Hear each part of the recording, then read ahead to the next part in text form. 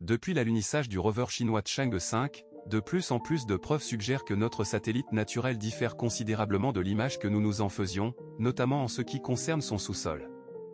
La Lune semble receler des trésors insoupçonnés. Les découvertes surprenantes du rover pourraient révolutionner notre monde à jamais. Qu'a précisément découvert le rover dans les profondeurs lunaires? Comment cette découverte pourrait-elle préfigurer la fin de la crise climatique? Découvrons-le ensemble. La mission Chang'e 5 a atterri sur la Lune le 1er décembre 2020 après un voyage spatial de 23 jours. Le module, à 2 étages, a été lancé depuis le cosmodrome de Wanchang, dans la province chinoise de Henan, la même base de lancement que celle utilisée pour les missions Chang'e 3 et d'autres sondes, ainsi que pour les missions de ravitaillement de la station spatiale chinoise. Après la séparation réussie de l'orbiteur, le module d'atterrissage Chang'e 5 s'est posé dans la région lunaire appelée Oceanus Procellarum, une vaste plaine près de l'équateur lunaire, sur la face visible de la Lune. Cette zone, proche de la montagne Mons Rumker, a été choisie pour sa relative planéité et son accessibilité. Le but de la mission Chang'e 5 était clairement défini, prélever des échantillons de la surface lunaire et, pour la première fois en 40 ans, ramener du régolithe lunaire sur Terre. Pour la première fois dans l'histoire de l'humanité, cette mission devait extraire des échantillons des couches profondes de la Lune. Ces dernières années, les scientifiques ont pris conscience que la Lune pourrait être très différente de ce que nous pensions. Il est même possible qu'elle recèle d'importantes réserves de ressources minérales capables de résoudre nos problèmes énergétiques. Après un forage réussi, le module d'atterrissage a renvoyé les échantillons à son orbiteur via un module ascendant, et le retour sur Terre a débuté après seulement 14 jours terrestres.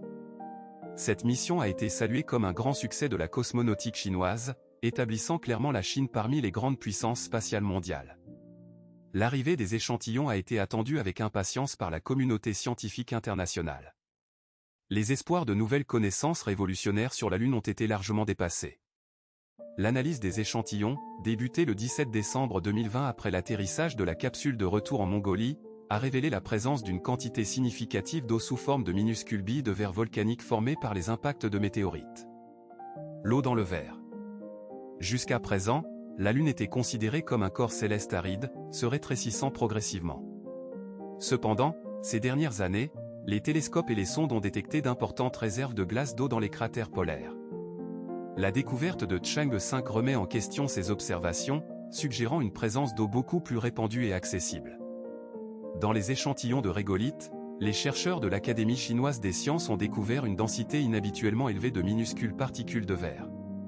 Ces minuscules cristaux de verre se seraient probablement formés lors d'impacts de météorites, voire de comètes, qui auraient également apporté de l'eau sur la Lune, eau actuellement gelée au pôle.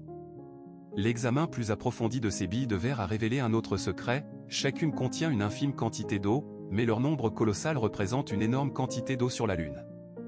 En extrapolant cette concentration à l'ensemble de la Lune, on obtient une quantité considérable, environ 2000 kg d'eau par tonne de régolithe lunaire, soit environ 2000 litres d'eau liquide. La probabilité que ces particules de verre soient uniformément réparties sur toute la Lune est élevée, compte tenu des milliards d'années de bombardements par les comètes, les astéroïdes et les météorites.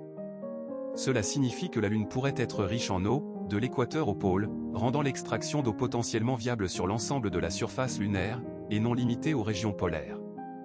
L'eau contenue dans ces billes pourrait être facilement extraite par chauffage, fournissant ainsi de l'eau douce aux futurs colons lunaires en tout point du satellite.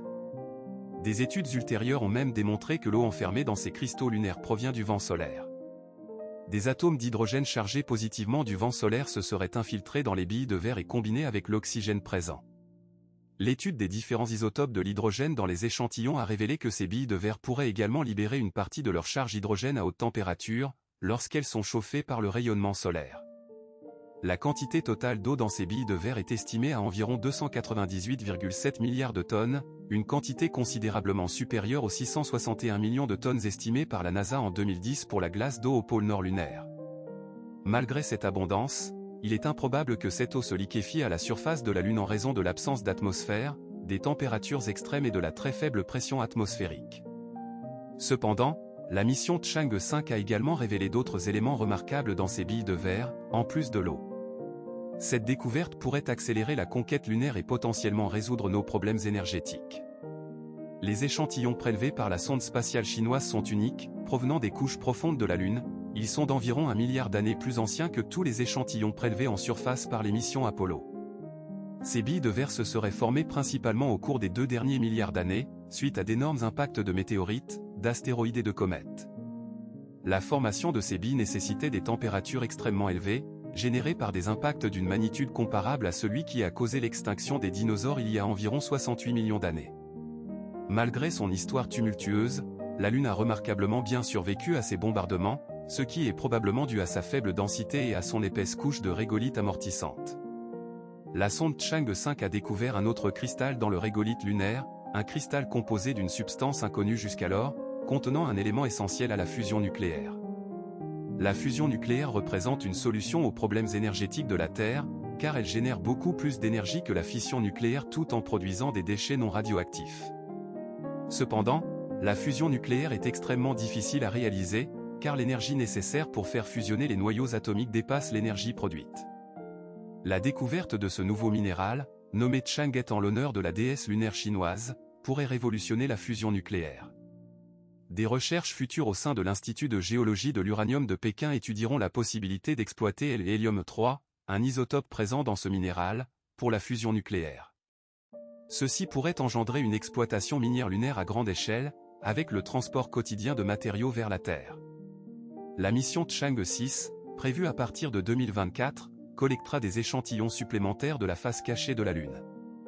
La NASA suit de près ces développements et a estimé que les États-Unis pourraient produire de l'énergie pendant un an en utilisant environ 27,6 tonnes d'hélium-3, une quantité facilement transportable par une navette spatiale. La valeur économique de l'hélium-3 lunaire est estimée à 3 milliards de dollars la tonne.